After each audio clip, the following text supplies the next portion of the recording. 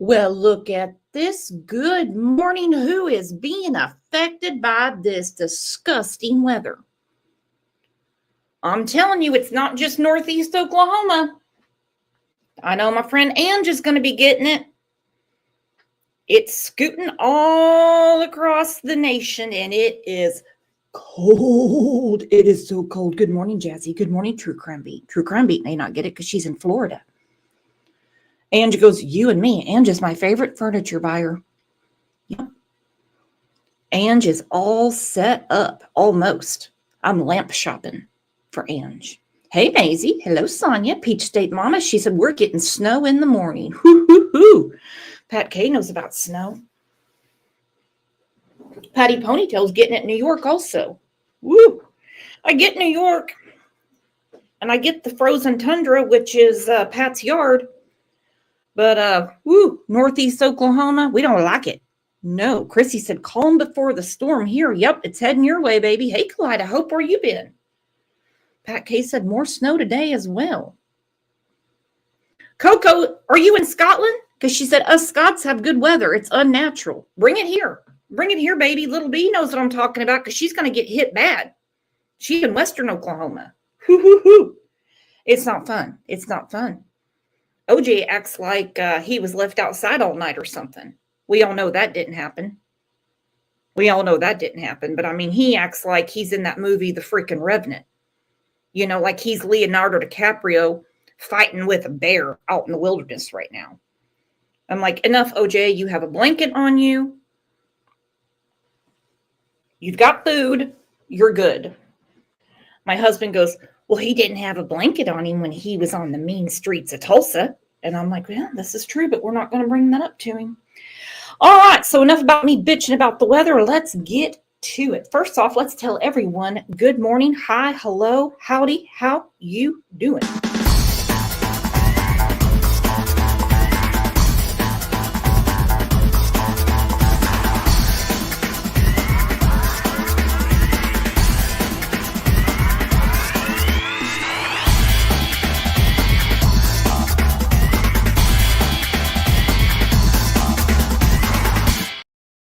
Dang, Christina said -7 and 8 inches of fresh snow.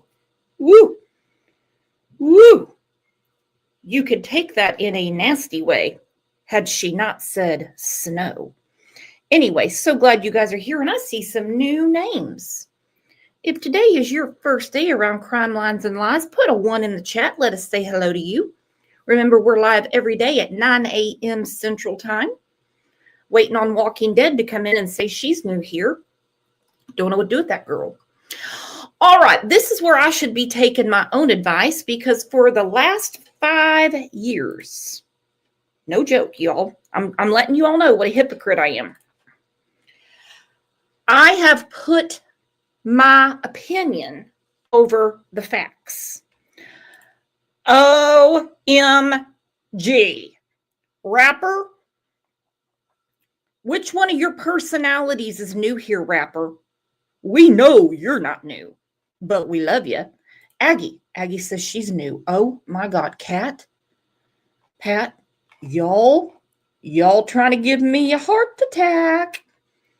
Yeah, rapper, you son of a bitch. No. Rapper, Kidding Brooks. Yeah, I know you're not new, baby. It's okay. But it gave me quite the chuckle and everybody else because if you've been around here for a little bit, you're on the inside. And if you know, you know.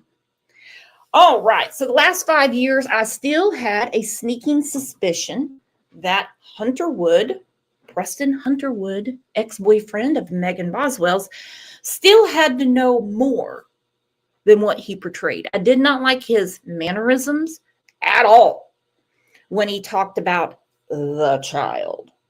I've never seen the child. One thing that really struck me was the car that he loaned to Angela Boswell, the BMW, to which his mother reported stolen. Okay, this is where we get fact and opinion. Well, the facts are they didn't put the facts out, so we didn't know at the time why it was reported stolen. My opinion at the time was CYA. Hunter's trying to cover his ass and his mom is helping him. But no, since Megan said her mother has Evelyn, they were advised to report it stolen and they would put a bolo out to go get the car, and in the hopes of finding Evelyn. Rapper, you are new here, aren't you? Hope that baby gets justice. She did, honey. The trial is over, thank goodness, because it was grueling. And Megan's going to jail for the rest of her natural life. Natural life. So we go through a fact. Sometimes we don't know the facts. Now, I don't think that Hunter was the, I'm going to say, picture of health and morality before he met Megan. But I think what Megan did was the catalyst. Because let's just name a few victims of Megan's. Evelyn, obvious. Her father, yes. Her grandmother. The foster parents. Ethan. The Stacy family. Hunter and his whole family. Who did she come across that in one way or another she didn't victimize? Now, can you just imagine? You're just dating someone.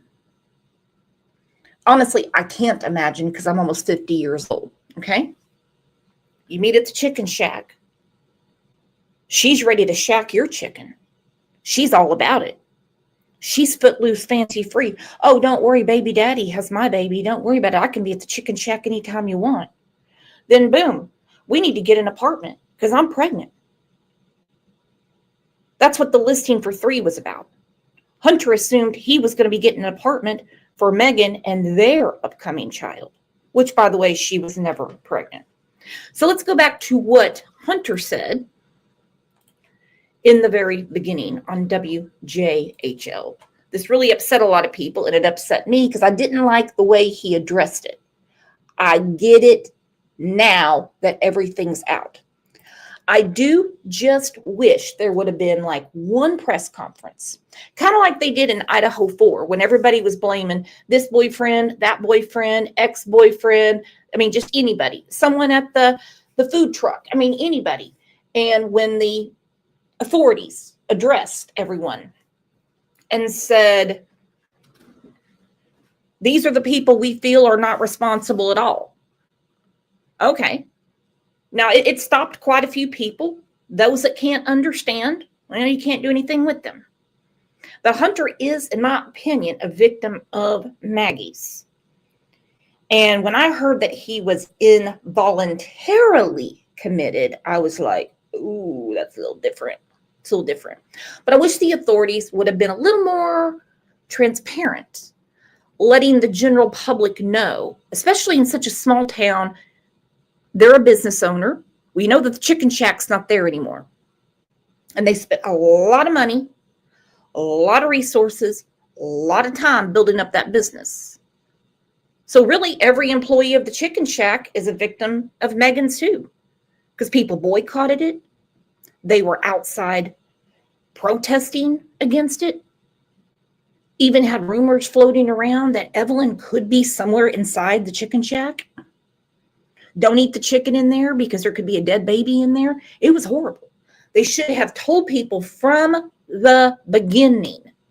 Hunter has absolutely nothing to do with this.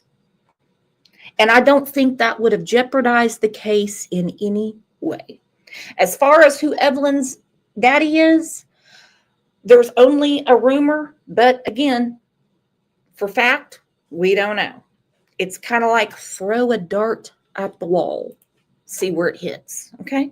You might as well just call her target, all right? Pothole. We don't know. The FBI, state and local investigators are teaming up tonight to try to find a 15-month-old little girl from Sullivan County. She's believed to have been last seen a couple of months ago. That case is making headlines across Tennessee and the country.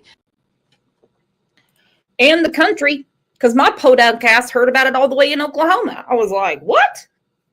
First flash in my brain. It's like a damn Casey Anthony. It's like a damn Casey Anthony. Nobody's seen the baby in a couple months. And I can tell you right now, they've got their old faces on. Check that out. And as far as who the baby's father is, to be quite honest, I shouldn't say the baby, Evelyn's father, I don't think they should make it public. I just don't think they should. We already see what Hunter and his family went through, and they had absolutely nothing to do with Evelyn's death. Now, just imagine, people are still heated about this case.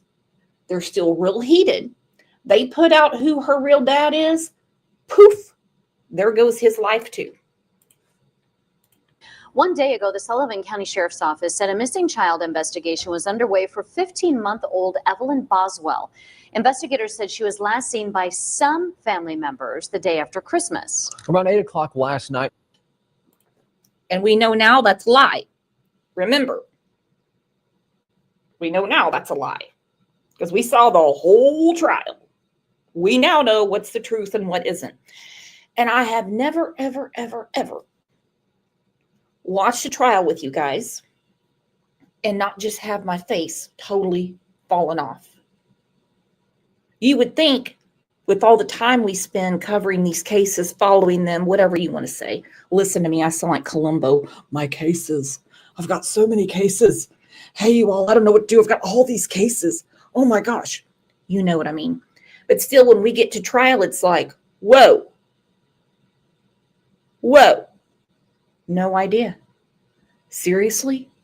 It's always a million times worse than we imagined. So just remember, this clip right here is from 5 years ago. We know different. No one saw Evelyn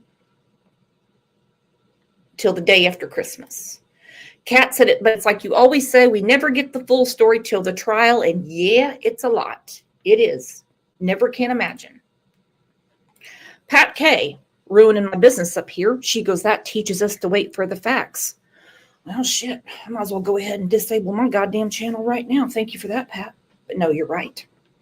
You are right. Because I feel like a real heel for the way I've talked about old Hunter Wood for the last 5 years. Like, he had to have known. He had to have known. He had to have known. Look how he acts. Look how smarmy he is. Now the dude's involuntarily committed. But hey, that's not because of me. No way. That's not because of me. Things escalated quickly. The TBI issued an Amber Alert, and it is still unclear why the child was reported missing after she was last seen several months ago, a couple of months ago. Tonight, the National Center for... Okay, so right there, we already know it's lie, lie, lie, lie, lie. Because the news is only repeating what little bit they know from the detectives, which is she was seen after Christmas. Okay. We know when Bailey saw her now. It was that December 6th. Tommy saw her at Thanksgiving. Nobody saw her after Christmas. Exploited and Missing Children issued its own plea for information to try to track down this little girl. Febin Casahoon's live at the Sullivan County Sheriff's Office, where she's been monitoring developments in the case all day. Febin? Now, as the investigation continues for the search of this 15-month-old child, many people are telling me that they are being attacked on social media due to their involvement with the family. And I spoke with one man who says he has nothing to do with the disappearance of 15-month-old Evelyn Boswell. Okay. Nobody knew who Hunter was. Nobody knew, unless you start going through all of Megan's different profiles. She had one that looked like a goblin or something. Then one that said Megan Boswell. Then she did one that said Maggie Wood, because she just decided to start using his last name. So here he comes out of the shadows within a day of Evelyn being reported missing to let everybody know, at the time for me, again, I was like, well, isn't this convenient? Just like during the trial, they said he was in a mental hospital. And I'm like, well, isn't that convenient? Now we know the truth. I've never seen the baby in my life. Hunter Wood says he briefly dated Evelyn's mother, Megan Boswell. She applied for a job at my restaurant, Hunter T's Chicken Shack, and it wasn't like a relationship. It was an on and off going, you know what I'm saying, type deal. It was. Now, he did deceive a little bit here. He's kind of like, yeah, on again, off again. Well, he believed she was pregnant and they were getting an apartment together. So he wasn't about to say anything. And I agree with Christina 100%. And not just this case, many cases in Tennessee. TBI is a very competent agency. A very competent agency. And the people in Sullivan County, they were bound and determined, especially Sheriff Jeff Cassidy, to figure out what the hell is going on. All very competent people. Pat K loves his accent. Ooh, Kat, thank you. If you received a Crime Lines and Lies membership, thank you to Kat. Let's get the music going.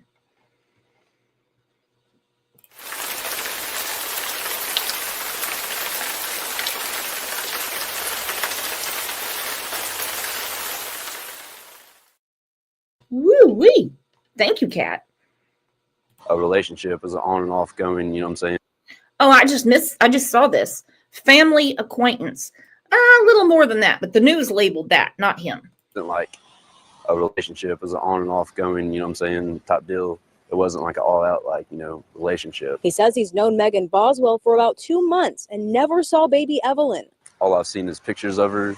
I have no relationship with that child whatsoever. He says he's received threats over the internet, causing him to shut down his restaurant's Facebook page. To my knowledge, Oh, I forgot about that. Because once people put together Maggie Wood and Hunter Wood, they did. They went to Hunter T's Chicken Shack, and the comments were insane. I'm talking insane. I couldn't keep my eyes off that page. I'm like, whoa. I've heard of trolling before, but nothing like this. entire time that I've known Maggie, I've never seen the baby, of course, but as well as the baby has been with the father, you know, back from military leave. And that is all that I've known about the child. He wants the focus to be. And we know that to be true. We know that to be true. Because several witnesses, text messages, word of mouth, the whole 9 yards said the same thing. She swore up and down that Ethan was back from leave and he had Evelyn. Well, we know different now. On finding the child and not on him and his business. There's been a bunch of stuff said about, you know what I'm saying, my restaurant, Hunter T's Chicken Shack, things negative towards, you know what I'm saying, to try to, you know, stir away the main key factor of us just trying to operate. The Sullivan County Sheriff's Office is working with the TBI to find baby Evelyn, who was reportedly last seen around December 26th. In some aspects, the span of time that has gone by makes this a little difficult. But we are working it just as if no time has passed. You know, our primary function or our primary goal in this is to find this child. Captain Andy Seabolt with the Sullivan County Sheriff's Office says the mother and father of the child have been cooperating with officials. We have spoken with many family members, and I'm sure that there are some others that would be helpful if we could speak with them as well. And part of what our investigators are doing is just attempting to contact people that may have information that can assist us. Captain Seabolt says that if anyone knows anything about this missing 15-month-old child, you are asked to contact the Sullivan County Sheriff's Office. Reporting live in Sullivan County, Febin Cassoon, News Channel 11. Okay, and we've done the math. We know how old she was actually when she was murdered. I agree with Britt. She said, I think he bit off more than he could chew with Megget. I do too. And that's a perfect name for her. Hey, by the way, if anybody missed the members live yesterday, go catch up on it. It was a ton of fun. And we had a video later in the afternoon. A few of you reached out to me after that video, and I really very much appreciate it. All right, so again, back to the facts and why I think law enforcement should have been more fluid with the public to let them know, especially when they knew he was shutting down Facebook pages and things like that, dealing with his business. They should have let they had no problem letting everyone know Megan's a liar. And every time they turn around, Megan's telling a different story. Jeff Cassidy told us this. But when they realized, which probably wasn't right off the bat, but when they realized that Hunter had nothing to do with Evelyn, nothing, nada, not at all. They should have let the public know, and they should have been stern about it because they have lost a lot. Reputation, businesses, sanity. Since jurors had been in the courtroom weighing the fate of a Sullivan County woman accused of killing her 15-month-old daughter. Megan Boswell faces a first-degree murder charge in connection to the death of her daughter, Evelyn. Today, the Tennessee Bureau of Investigation and FBI took the stand to talk about forensic evidence. Were these prints that you obtained clear enough that you could make some sort of analysis or identification? Yes, they were. All right. And did you, in fact, make findings in that regard? Yes, I did. And what were those? I was able to identify the fingerprint from the underneath the rim of the trash can to Megan Boswell's number 2 or right index finger. Okay, that tells a lot. And just my opinion, they didn't say this in court, but I'm going to go ahead and say my opinion. No fact here, just my opinion. I think considering where they showed the trash can and where the fingerprint was, we know that at some point there was a struggle inside the trash can. Evelyn was trying to get out. I think that was Megan that went and checked, and she picked it back up.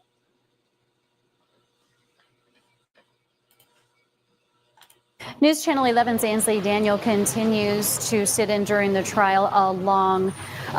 Ansley, a lot of significant information out there today that both you and Jeff Keeling saw, right?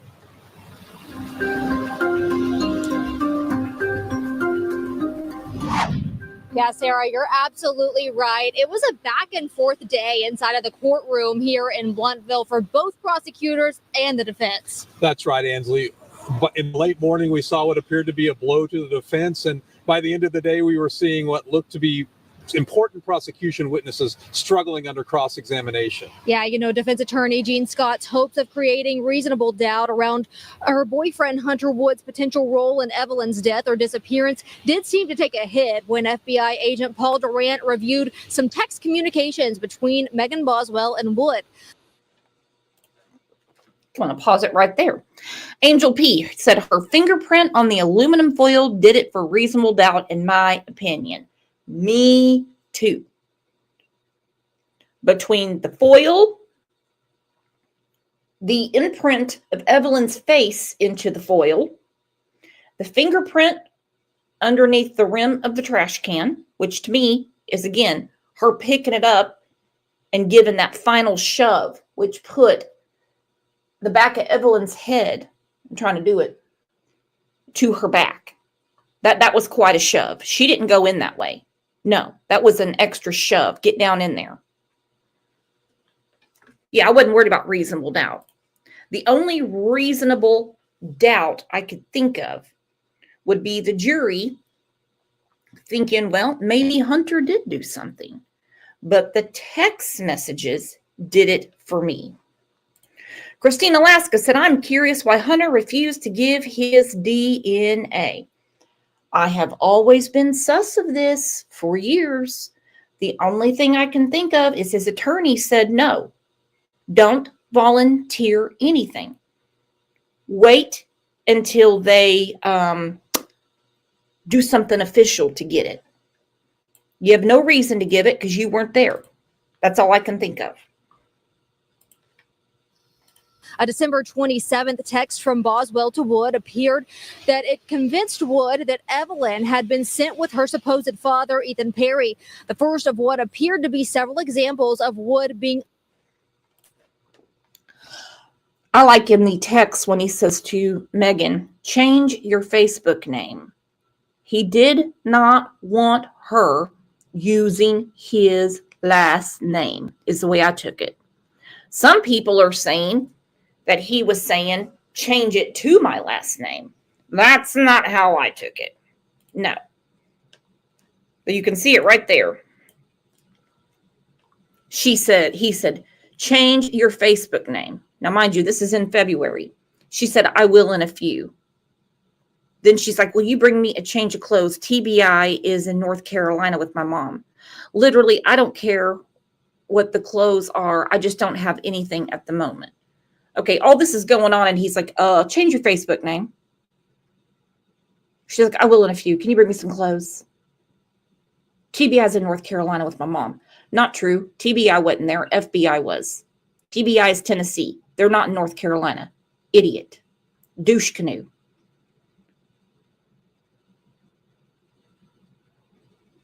And there he is. Change your name. Don't be using my name around with this. What appeared to be several examples of Wood being unaware of the truth that Evelyn was already missing. Ethan and I talked, and he's going to stay home. And then it's followed by, he thinks that what would be best, also because I'm obviously not a very stable parent right now, and Evelyn doesn't want to come home with me.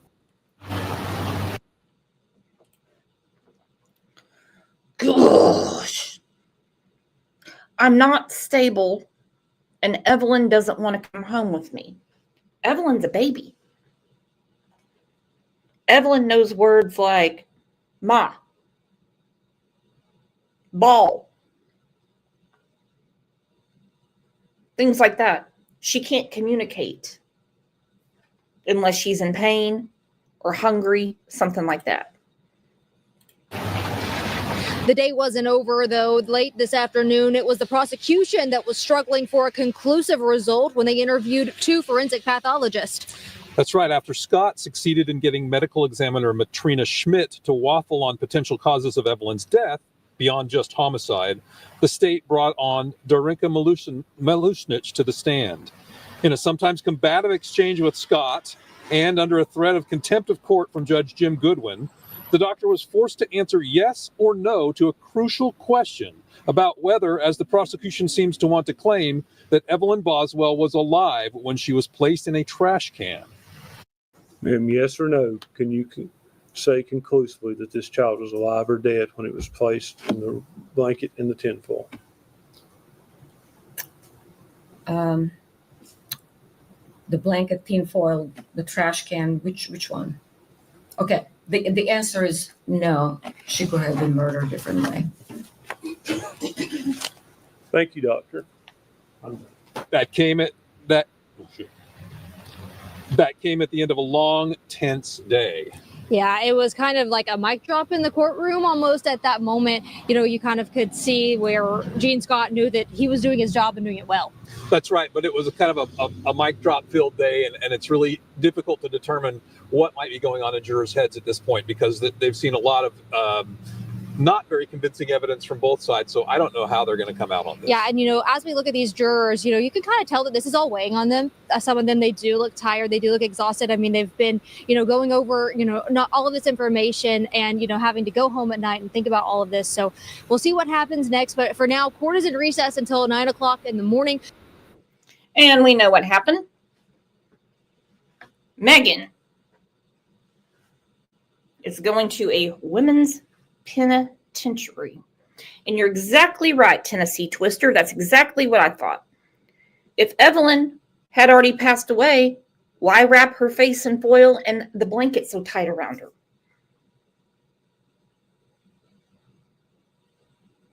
That's exactly what stuck out to me. You read my mind. You read my mind. And don't think that medical examiner cared a second about contempt of court. She would have gladly taken that contempt. She knows her shit. All right, back to Hunter. This is from several years ago where he got into a DUI. Now, some people will say, what came first, the chicken or the egg?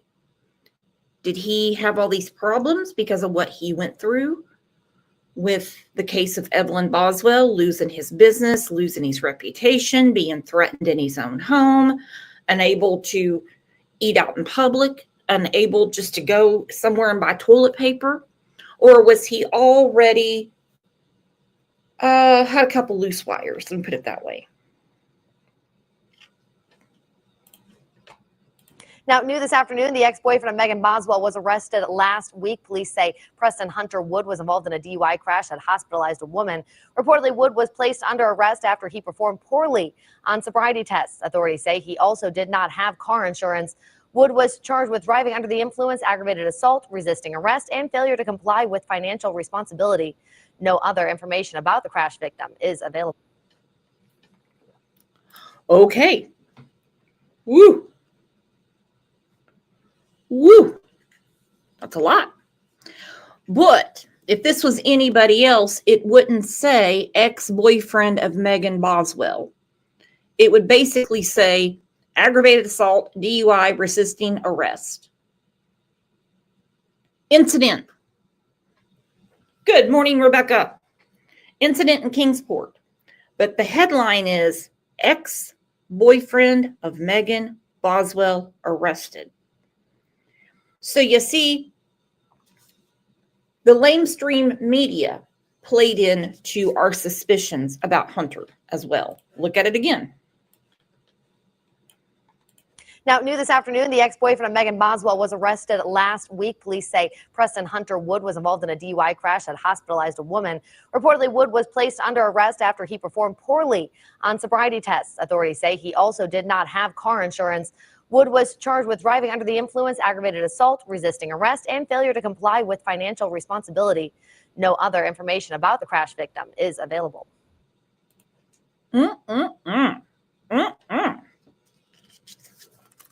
So do you think all of his current issues are a culmination of what he went through with Megan, the case of Evelyn Boswell?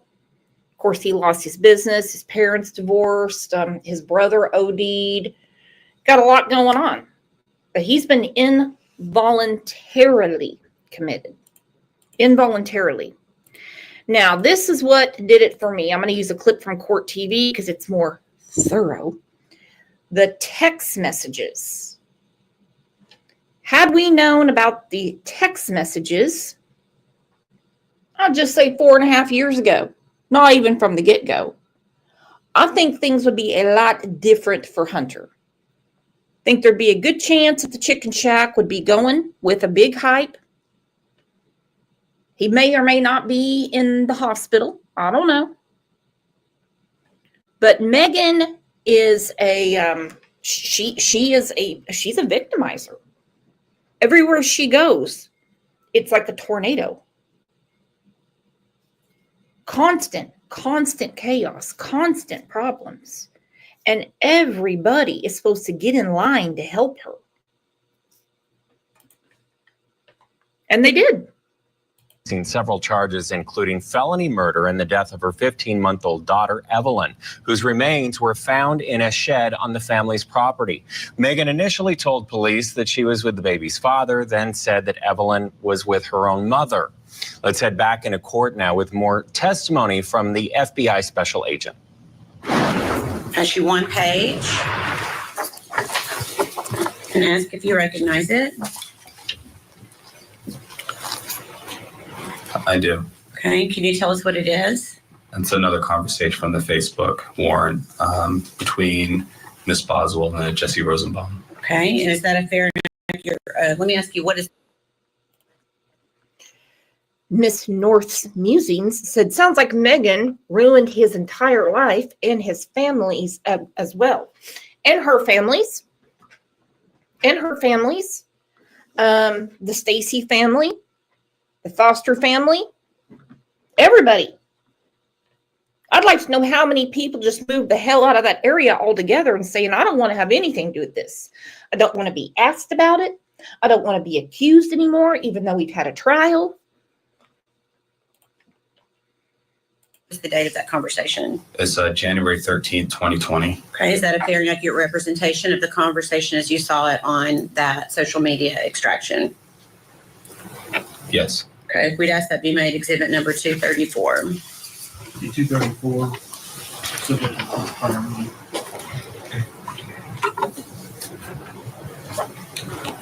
Okay, permission to publish.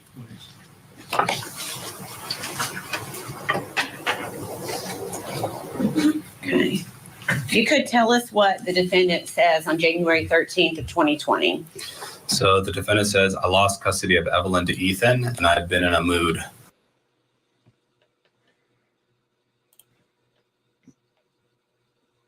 He told me our court date was a different date than what it was, and I didn't know, so I was late to it.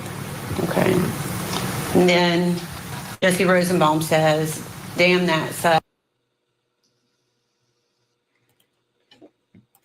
I didn't like how they were cutting out so much stuff, but we can fill in the blanks, especially since we have the facts now. Good morning, Debbie. And I agree with Madam Secretary. It was gut-wrenching. Many people were like, can't do it today. No way. No way. I mean, just stomachs twisted. I'm trying to. I've not even told anyone that happened yet. I just don't want to deal with them, you know. And then she also says, like they always drag me into their problems.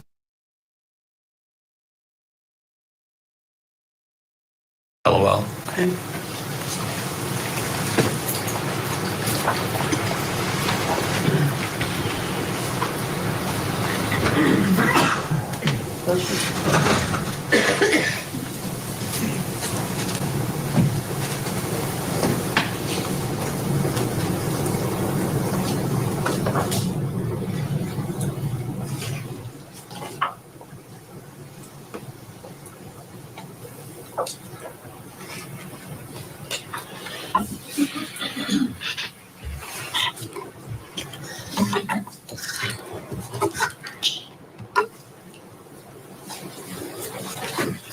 You 2 pages.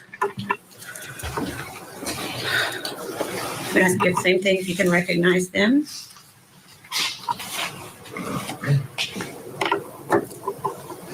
I do. Okay. And can you tell us what it is? It's a conversation between Christopher Hall and Ms. Boswell. Okay. And the date of that conversation? January 26, 2020. Is that a fair and accurate representation of how that looked when you... Okay, so this would be about 6 weeks after the murder. 6 weeks. Analyzed Megan Boswell's Facebook extraction. Yes. We would ask that be made exhibit number 235. Exhibit 235. Subject to court decision. What was that date again? January 26, 2020. Permission to publish.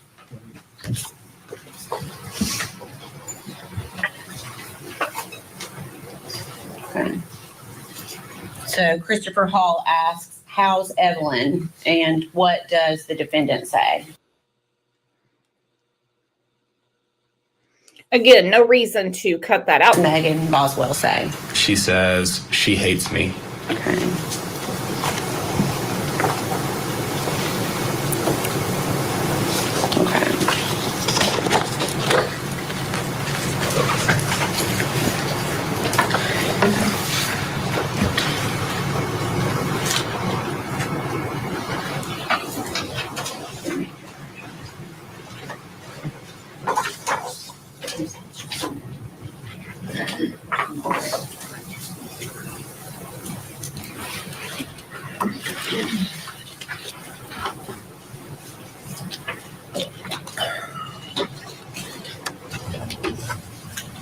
Still. Yeah, that actually could be fair, accurate representation. when she said Evelyn hates me. Well, I mean, I think Evelyn's in a place where there's nothing but love around her right now. But for Megan to say Evelyn hates me, Evelyn's a baby. She's not 15 years old. But you stuffed her in a trash can. You suffocated her. You put her in a trash can. When she didn't die fast enough, you stuffed her down there to where the back of her head was hyperextended to the point where it was touching her back. Hate is not a strong enough word. With us, former Deputy Public Defender for LA County, Philip Dubé. And quick a note, if you're watching on your device and the audio kind of cuts out, it's because there's some bad words. So we just wanted to mention that. Philip, what do you make of these messages that this FBI agent... What did White Bread say? They were bleeping things out because they're bad words. Bad words. Dirty words. My goodness. Not on these tender ears. Thank you, Court TV, for looking out for me and us. Agent is talking about in front of this jury that was extracted. And these ones are from her Facebook account. No, first of all, it's giving you a glimpse, sort of a snapshot into her mind. And let's be honest, for a 17-year-old kid at the time anyway, she's coming off, frankly, quite street savvy, quite manipulative. And it's almost as if they are trying to show that she was deliberately trying to elicit sympathy.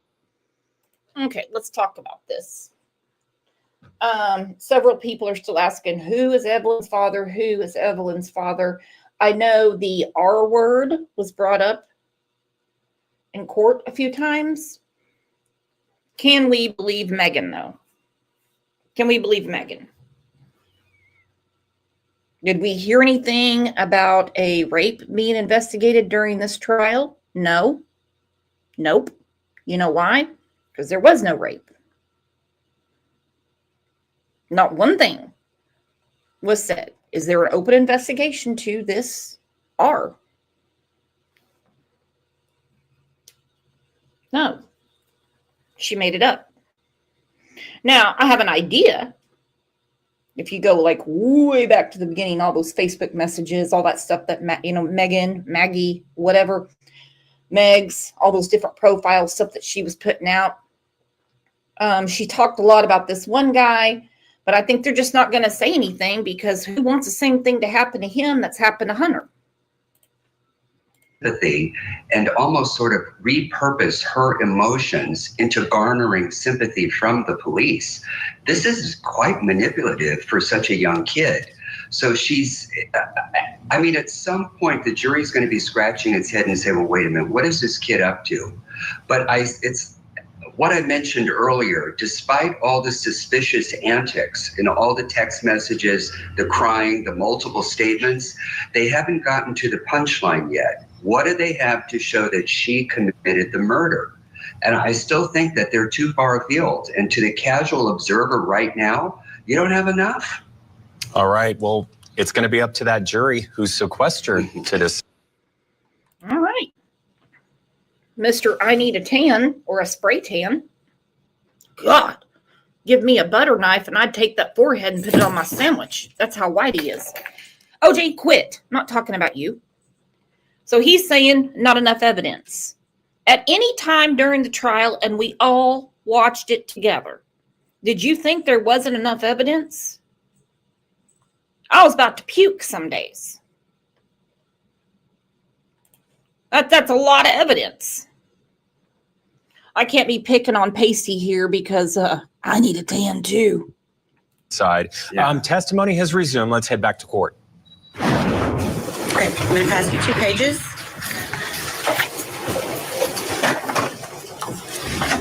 And ask if you can identify that. Yes. Okay, can you tell us what it is? So it's this was a conversation on Facebook between the defendant and Miss Shirley Lowry. Okay. And what was the date of that conversation? This was February 18th, 2020. Okay, is that a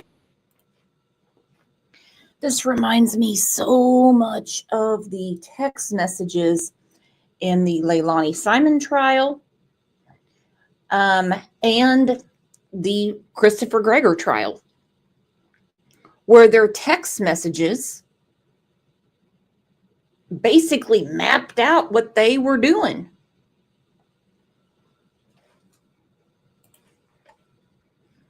fair and accurate representation of the conversation from the defendant's Facebook extraction?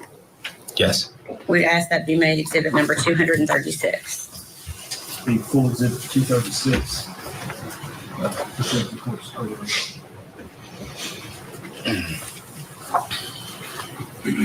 Permission to publish.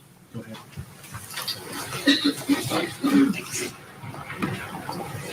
Okay. Okay. For the first page of this, I'm trying to get a little bit bigger. Can you just read to the jury what the defendant says on February 18th of 2020? So the first message that comes through is hello, ? The next message is, if you want to know what's going on, I couldn't bring Evelyn over because Ethan wouldn't let me pick her up and I have court in the morning. I'm sorry and I hate to be rude about this, but you don't have any rights to my child, and what goes on between me, her, and her dad stays between me, her, and her dad. So My girl Rebecca, she said Christopher Gregory definitely screwed up with his texts and Google searches. And if you're not familiar with what I'm talking about, we have a playlist about little Corey, who just absolutely breaks my heart. And Rebecca would know because she's Corey's grandmother. Megan's texts said everything. Unlike Christopher Gregory, though, she didn't add pictures to her Freudian confessions. following message is, I have court in the morning to set up a specific plan where he has her 1 week and I have her another. Okay. And is that conversation, let me make it smaller. Okay. And then for the record, there's a photograph there, is that right? Yes. Okay, and what does the defendant say after that photograph? She says, this was her when I saw her last weekend, and then follows up with, if dad didn't flip out when I come on the property, I'd bring her by. Not that it's any of your business, though, and don't involve anyone else in it. Okay, I'm going to leave that up for just a second because I want to ask you some questions about. Okay, she says, and don't involve anybody else in it. In other words, what I'm saying to you, do not tell anyone, because I don't want to get back to my dad, to my grandma. I can't say anything about Angela because she had things in the work already with her mother, Angela. Then I go back to what Tommy Boswell said when he called his ex-wife, Angela, looking for Evelyn. Here's the ultimatum. Megan produces that baby or I'm getting the authorities involved. She flat out told him, back the truck up, buddy, or you're going to regret it. Is it because she had the BMW and she was afraid that Megan would get mad and take it away from her? Or did she know or have a suspicion that Evelyn was dead? This photograph. So again, we're looking at the date, February 18th, 2020. Is that right? Yes. And that's the date the message was sent to Shirley Lowry. Yes. Okay. Were you able to determine, based upon your analysis of the defendant's Facebook, is that picture an accurate representation of being taken the weekend before February 18th of 2020? No. Can you tell me how you know that that picture is an old picture? While reviewing the conversations from the search warrant proceeds, I located that same photo, which was sent to Ethan on November 30th of 2019. Okay.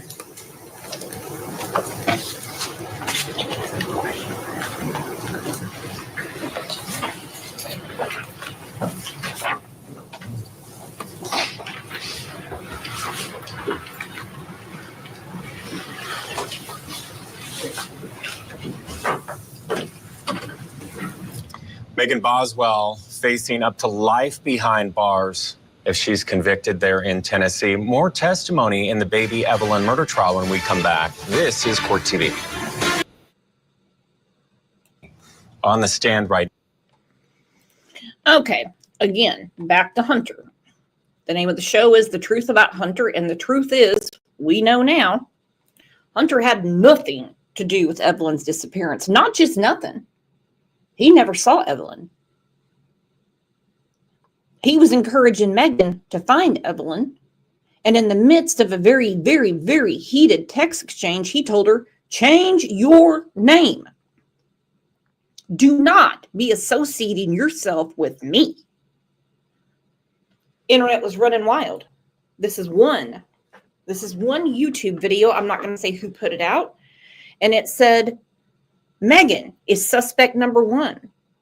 Hunter is suspect number 2. That is not true. Hunter was never a suspect. Tell you what, you can say things like, I bet he's going to be a suspect. I guarantee they're saying a bunch of shit about him. I bet they're talking to him every day. But that'd be like me putting out a video saying that Jennifer Soto is suspect number 2. She's not a suspect right now. She's not a suspect right now. She's a piece of shit. She's a horrible, horrible mother, but she's not a suspect. Now, that's one person, I don't care if her life unravels. Because her mouth to God's ears told us all that she was very well aware something was going on in her house, and even went on to say it wasn't evil. We'll talk about that later in the week. Right now is an FBI special agent by the name of Paul Durant. Let's get you back into court. Same thing. I'm going to ask if you're able to identify that. Yes. Okay. Can you tell me what it is? It's a conversation between Kristen Arnett and the defendant. Okay. And is there a date on that conversation? February 22nd, 2020. Okay. Is that a fair and accurate representation of the conversation between the defendant and Kristen Arnett on that date from her Facebook proceeds? Yes. We'd ask that be made exhibit number 237. 237.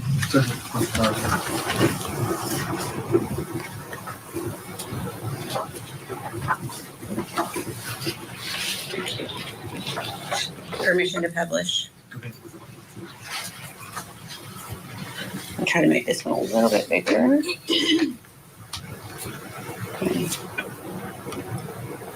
Christian Arnett says, honey, I pray that you come out of this. I pray you and that baby are both safe. All you got to do is be honest, honey. I'm praying so hard for you. And what does the defendant say in response? I am being 100% honest and trying to help find my baby. I was scared of the person who took her. Thank you. Okay.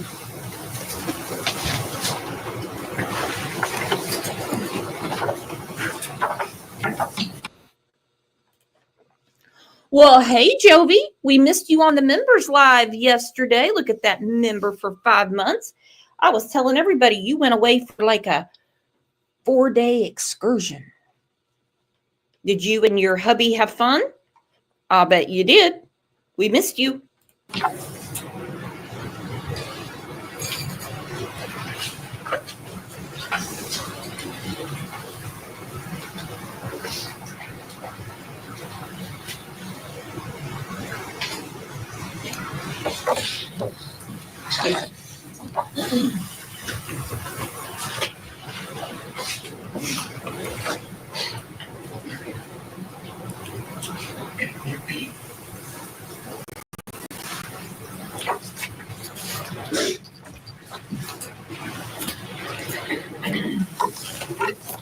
Okay, pass you a document. Do you recognize that document? I do. Okay, what is it? This was a conversation between the defendant and Hunter.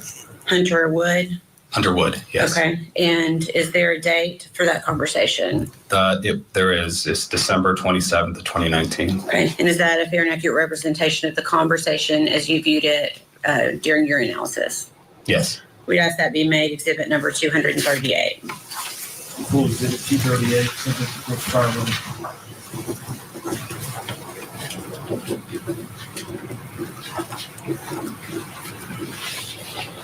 And permission to publish. Okay. If you can, just tell us what the defendant says to Hunter Wood on December 27th.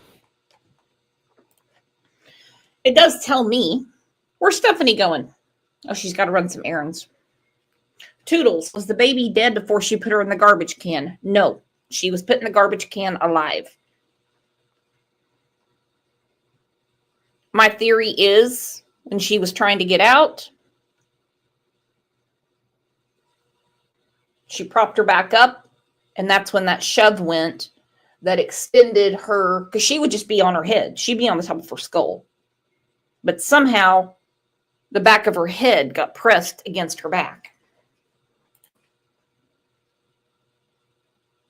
So we go through the text on December 27th.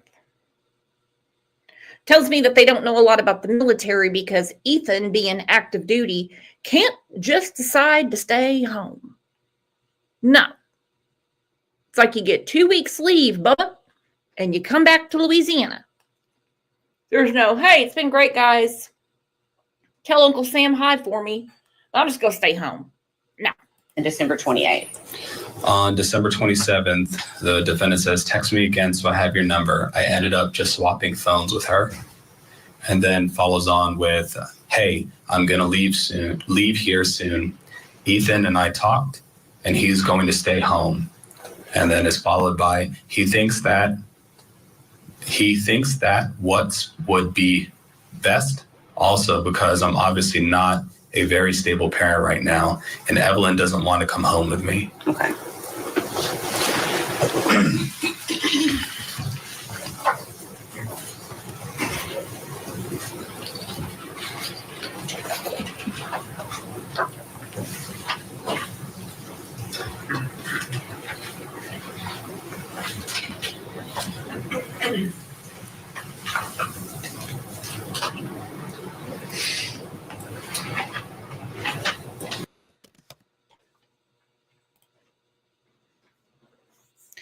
Yeah, I think we get the gist.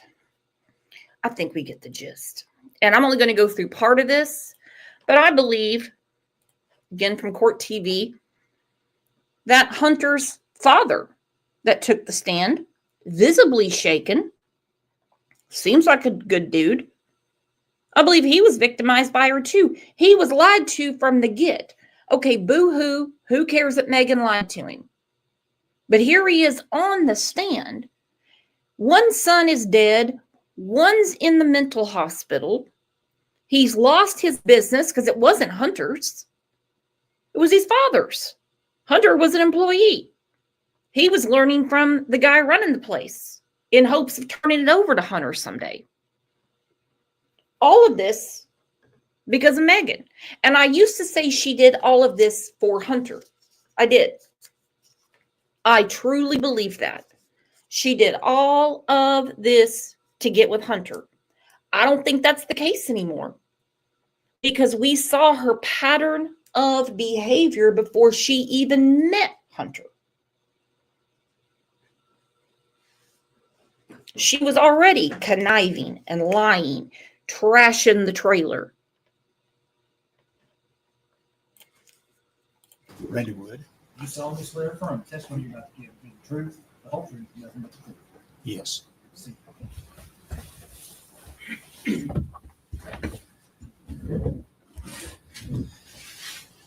Thank you, Judge.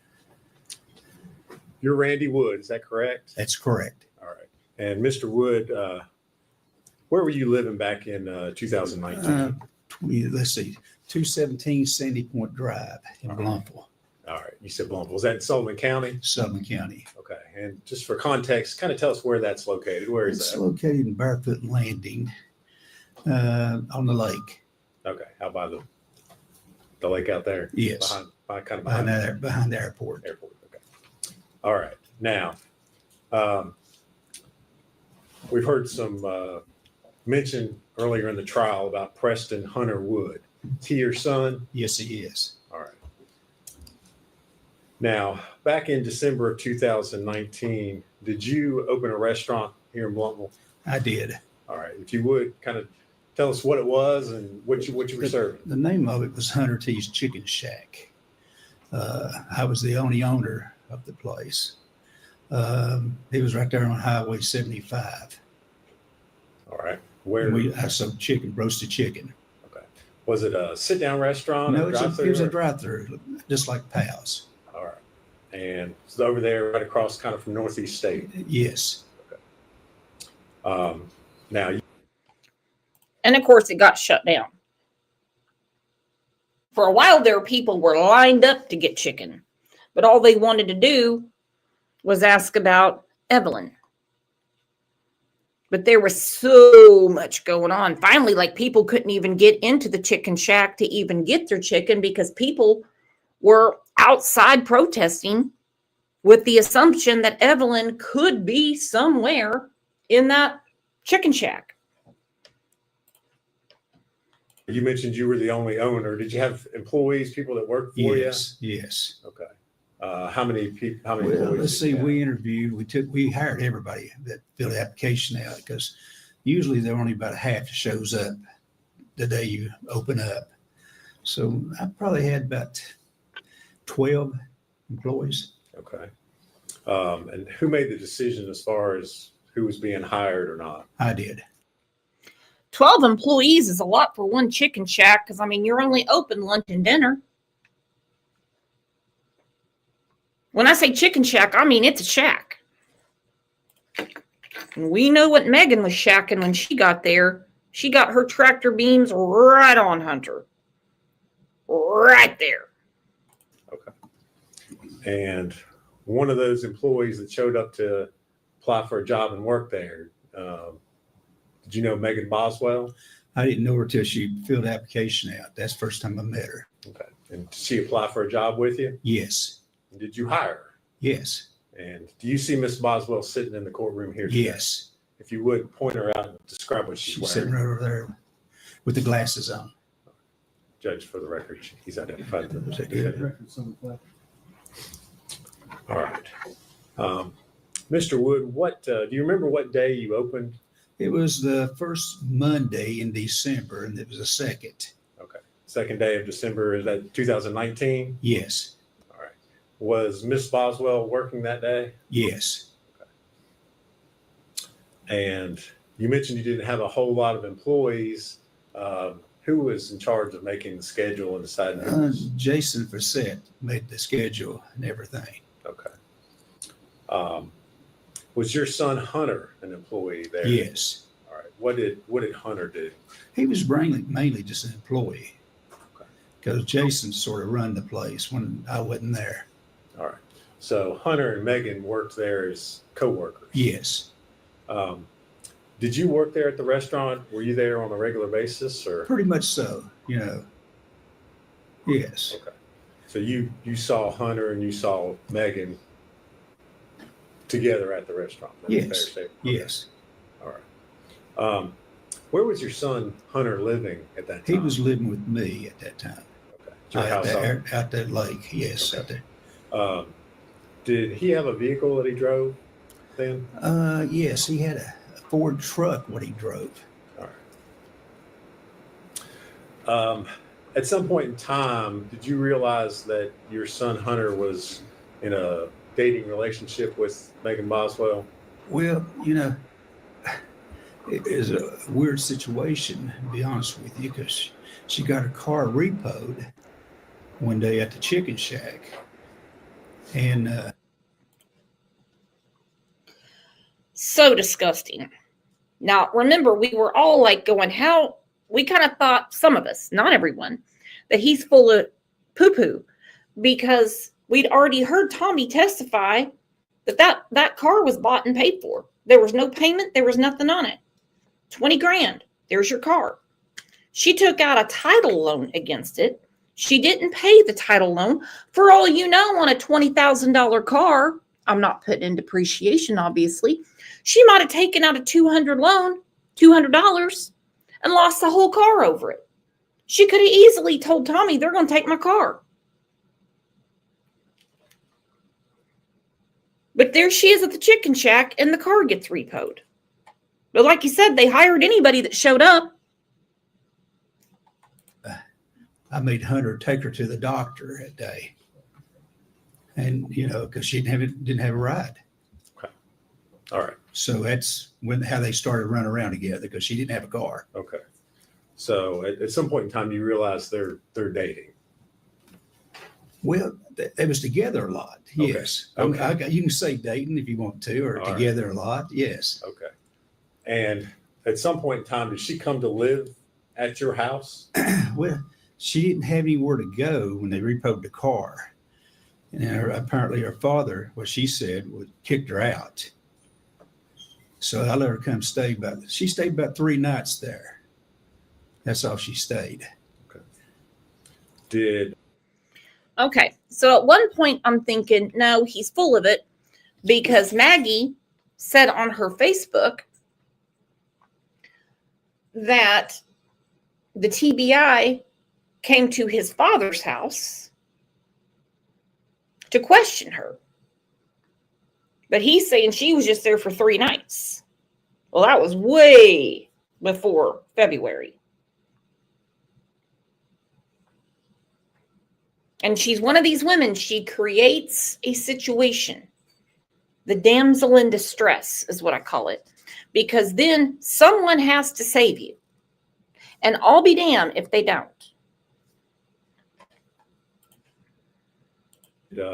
Were you aware that she had a small child? Yes.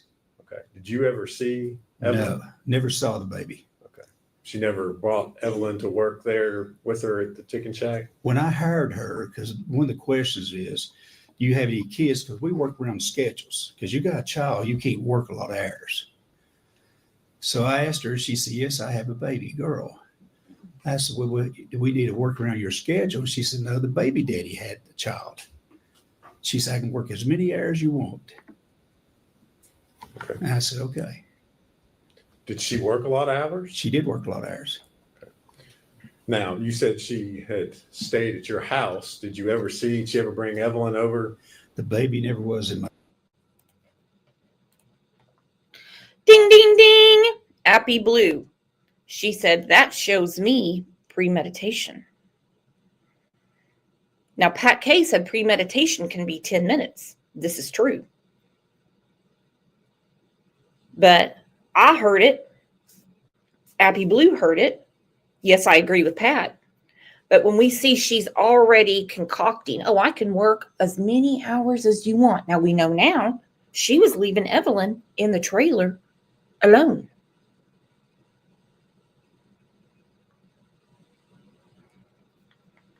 Absolutely premeditation. My house. Okay. Did she ever bring any high chairs or playpens? Or no, nothing. Diapers, baby bottles? Nothing. Okay. Did you ever see your son Hunter around? Ever? No. Okay. How often did you see Hunter at that time? Every day. Okay.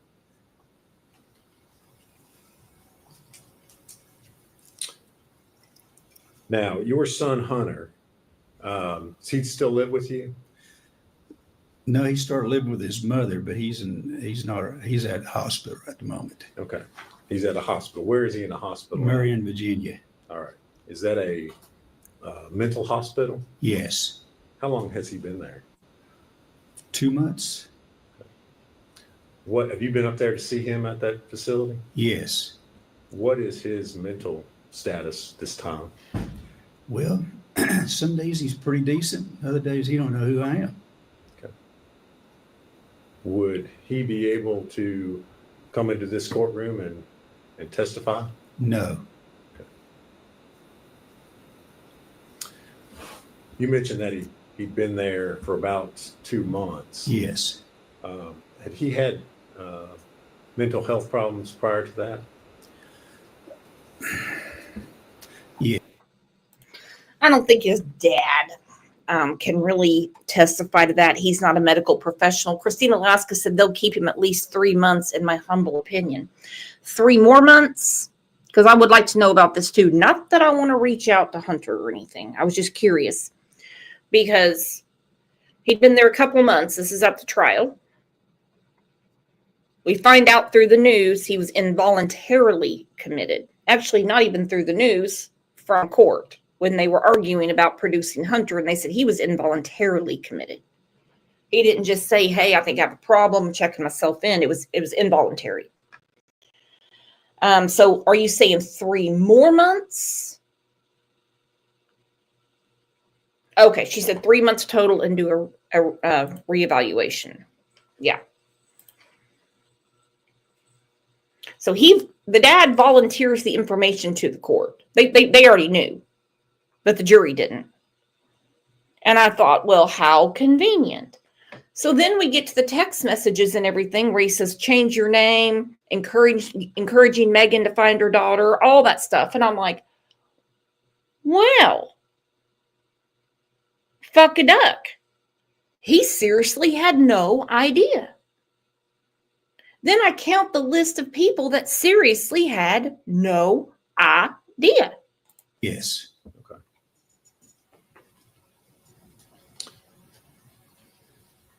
When did he, if you know, when did he start having mental health problems? Well, when he got accused of being a baby killer. Objection.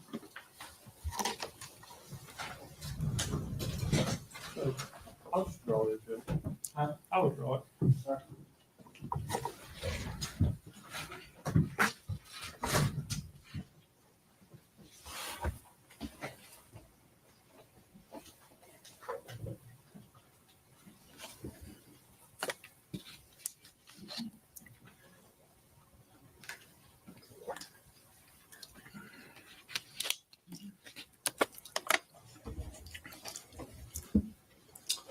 Thank you, Mr. Wood. If you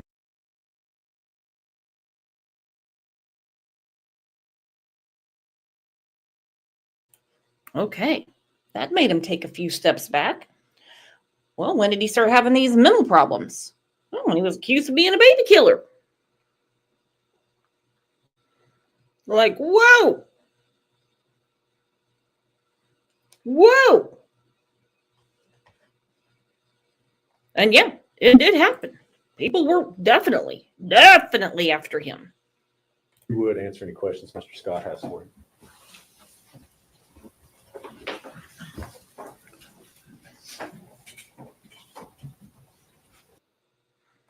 You know, this is a really good question, Miss C.D. Isaacs. Cool name, by the way. She said, I had wondered where she worked before the chicken shack. How was she making it before then? My understanding is basically Tommy supported her. Got her a car. Didn't want her in the house because she's just nasty. And we saw pictures of the inside of the trailer. Put her in the trailer. But I want to know what prompted her deciding that she was going to go to work. Was there an argument about the money? Like what was going on? And somehow she had access to money. She had gas in the car. She was buying those Scentsy candles. Constantly telling babysitters she was putting money in their mailbox.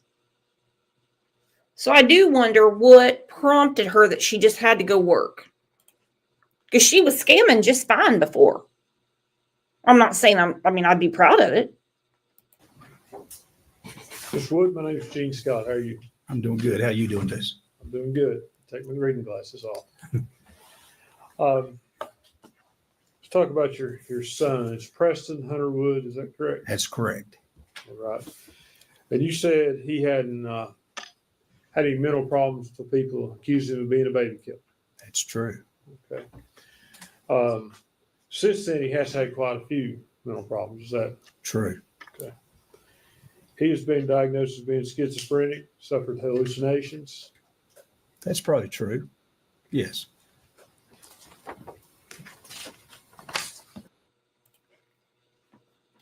So at this point, we knew where the defense was going. Oh, really? Schizophrenic has hallucinations?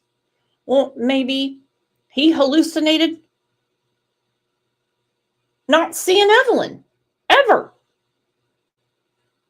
Maybe he hallucinated that he didn't kill Evelyn. Well, we know from all the forensics, the DNA, fingerprints, you name it, he had nothing at all to do with Evelyn as a person, and especially her death. Has he been violent towards you or his mother? No, Never been violent towards his mother? not as far as I know. We're divorced. Okay. Okay, so I'm not there. And you say that if he were brought into this courtroom, he wouldn't be in his right mind to testify. That's very true. Could you describe his state to us a little bit more? Well, Okay, Madam Secretary's getting me on track because she is extremely intelligent, and I did not know this. Madam Secretary said the rug withdrawal can cause hallucinations too.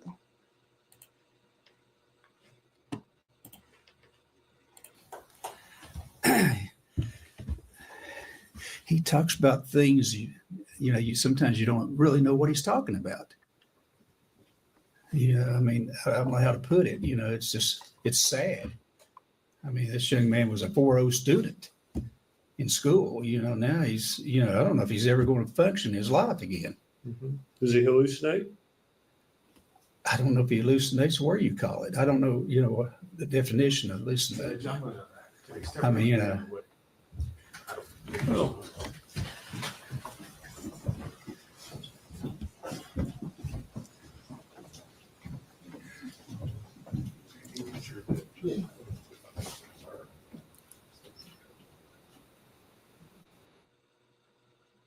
Or does it not make sense to you? The things he talks about with you, does it make sense always? No. Has he talked about Evelyn Boswell? No. I don't know how it works if someone's been involuntarily committed. Yes, Walking Dead, please, thank you for being here. Please hit that subscribe button. The remind all, this goes for everybody, but especially Walking Dead. And I don't know if you knew this, Walking Dead, but we're live every day at 9 a.m. Central. Let's all welcome. Let's please all welcome Walking Dead.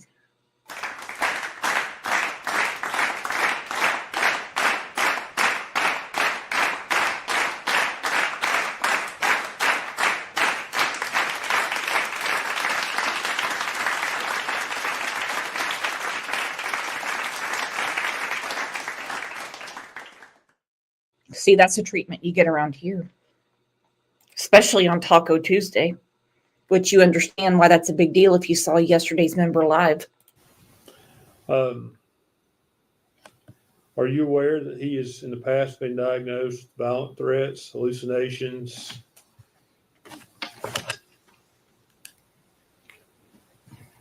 And delusions? No. Okay. Would that surprise you if I told you that's the case?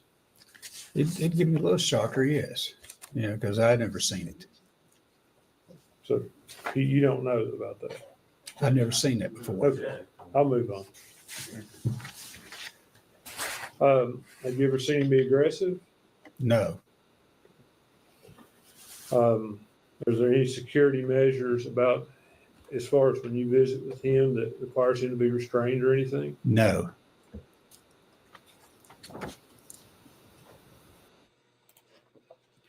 Okay, back to my thought before I welcomed Walking Dead to the channel for the 5 millionth time, just like how we tell Kimberly Mann happy birthday like once a week. I don't know the law, the health protocol. If someone has been involuntarily committed, what you would have to go through to even get them on the stand. However, whatever that process is, red tape, whatever, the law, I think it would have been a horrible, horrible mistake had they put Hunter on the stand.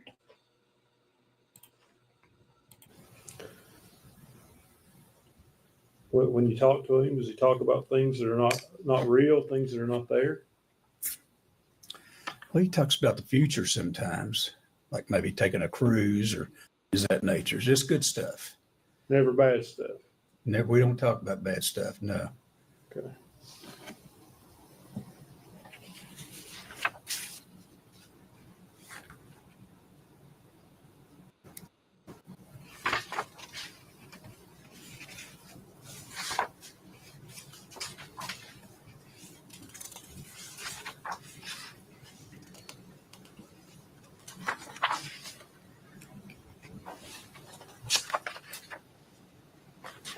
Have a minute, Judge.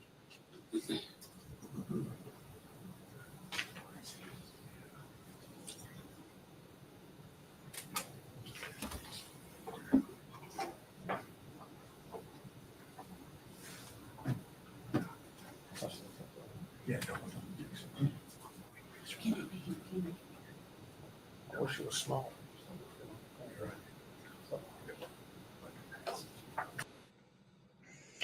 And off topic, there is my plum princess. Look at her. I miss her already. I do. I miss her already. Just the looks she would give the defense, the way she'd crane that neck around and look at the judge like, are you listening? Are you going to do your job? Did you hear what he said? Quit playing Tetris and listen to the court. Oh, I miss her.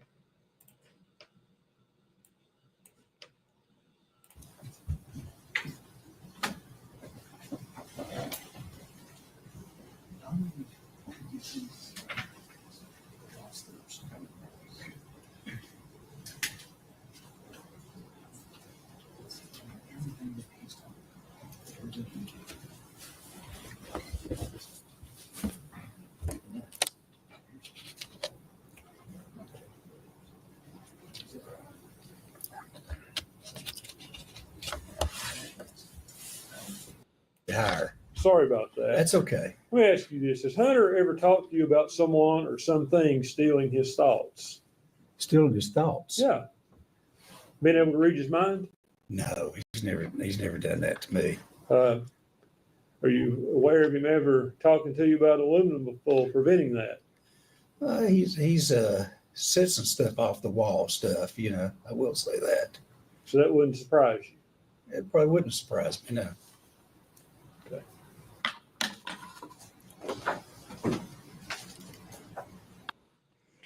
At this point, I was pretty shocked that the state didn't object to some of these questions.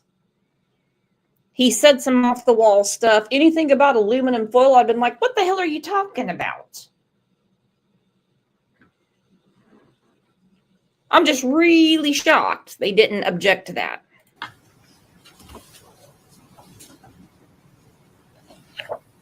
Sir, I've handed you a photograph. Could you identify that photograph? That is my son standing in front of the Hunter T's Chicken Shack. You say your son, Hunter Preston Hunter Wood. Preston Hunter. Yes. Okay. Judge, we would offer that as the next exhibit, and I don't think it will fit on the projector to publish to the jury. I'll just ask that it. Hold on, Walking Dead, who's new here, she said, well, this is some crock of bull. I want a refund. Refunds, you have to contact Kat Owens or send me an email. She handles all the refunds. And if that customer service representative won't help you, Walking Dead, I can get you in touch with Pat Kay because she's very congenial when it comes to bitchers. You're in good hands. Don't worry. Preston Hunter Wood. Preston Hunter. Yes. Okay. Judge, we would offer that as the next exhibit, and I don't think it will fit on the projector to publish to the jury. I'll just ask that it. Okay. We'll give it a try. Sorry. Okay, Walking Dead, this is how important you are being new here. You've already cut to the front of the customer service line. Pat K has overstepped Kat, and she said, "You're not a member. Look at this. Walking Dead. Problem solved." See, that's how we get things done around here on Crime Lines and Lies. In-house accountant right here. See, there you go. Would be, generally objection. No objection. Full exhibit 9-6.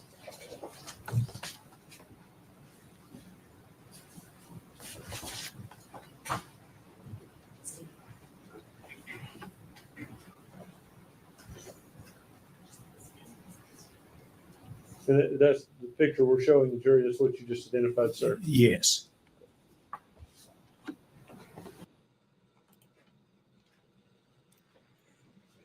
Walking Dead, you know you're not in trouble. I'm trying to contain my laughter because you're killing me today.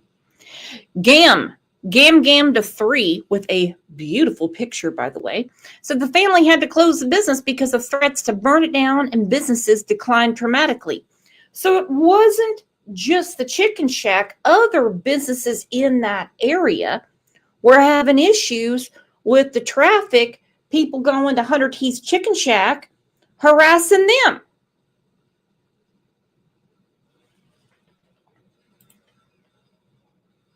There's another case that's going on right now, and I think people need to put the brakes on and leave these people alone. Okay? And then there's another one. I'm not talking brakes. It needs to be dead stop and just go the hell away. And that's the harassment that is going on in the case of Michael Vaughn to his parents. We know they had nothing to do with Michael's disappearance. Full stop. Do not move. Another case is Sebastian Rogers. Just leave these people alone. If 1, 2, or all of them had something to do with Sebastian's disappearance, you're not going to get it out of them. That'd be like me calling Dawn and Candace every day. Come on. And look what it cost these people.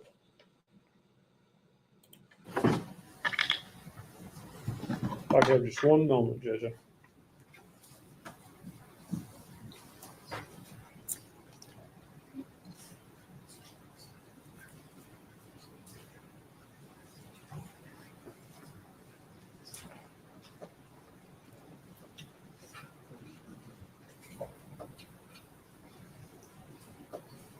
Judge, I may need just a minute.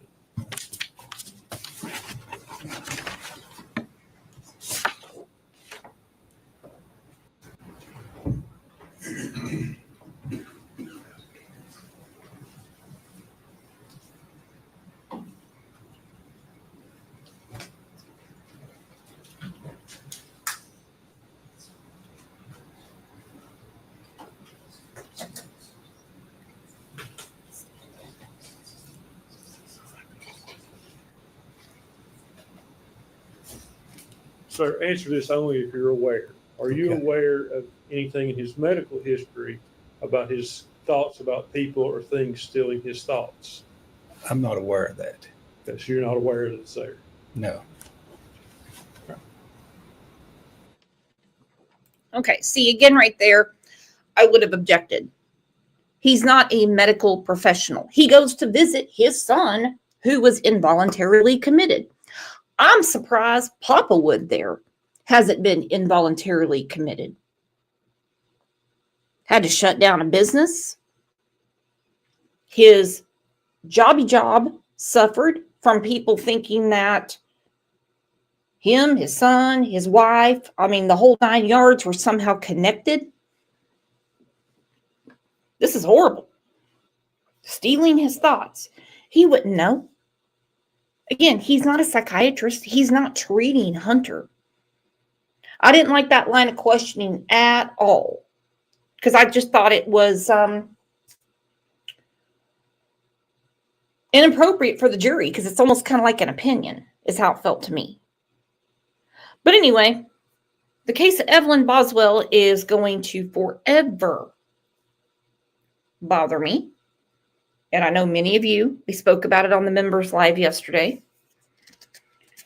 And I'm just really just glad that you guys are here and got to go through it with me again, because I'm still seeing these comments in these Facebook groups and these posts that are still saying, what if about Hunter? And I'm like, stop.